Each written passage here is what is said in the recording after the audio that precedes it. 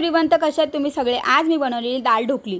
तर चला मी तुमच्यासोबत रेसिपी शेअर करणार आहे। खूप इझी रेसिपी आहे, लवकर बनते आणि छान सुद्धा लागते। इथे मी तुरीची आणि मसूरची डाळ घेतली आहे। कांदा, टमाटर, हिंग आणि हळद मीठ घालून शिजायला ठेवली। इथे मी आपलं गव्हाचं पीठ घेतलेलं आहे आणि इथे मी हे कसुरी मेथी, बेसन आणि तेल ॲड केलं आहे आणि मिरची पावडर, हळद आणि गरम मसाला, हिंग घालून मस्तपैकी मी मिक्स करून घेतलं। मग पाणी घालून मी याला मळलेलं आहे। असं आपल्याला शेकून घ्यायचं, जास्त ही जे आहे ते शेकायचं नाही, हेच कलर यायला पाहिजे शेकताना आणि काढून घ्यायचं आहे आपल्याला, कच्चं पक्कं शेकायचं आहे। फोडणीमध्ये मी ह्याच्या कढीपत्ता, राई, जिरा, हिंग घातलेला आहे। त्याच्यानंतर असं दरदरा पिसलेला आपलं अद्रक आणि लसूण घालायचं आहे आपल्याला।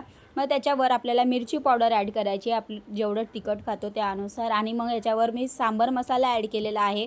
खूप छान लागतं, एकदा नक्की ट्राय करा, तुम्हाला खूप आवडेल। माझ्या मुलाला खूप आवडतं ही रेसिपी, म्हणून मी बनवते कधीतरी घरी संध्याकाळी।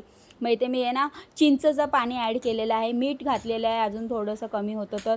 आणि इथे मी आपली ढोकली सोडलेली आहे अशी कट करून। एक सिटी लावायची आपल्याला आता आणि आपली ढोकली बनून रेडी झालेली आहे। अर्धा तास लागतो फक्त, एकदा नक्की ट्राय करा, खूप छान लागतं। चला, माझ्या यूट्यूब चॅनलला सबस्क्राईब करायला विसरू नका। Bye, thank you.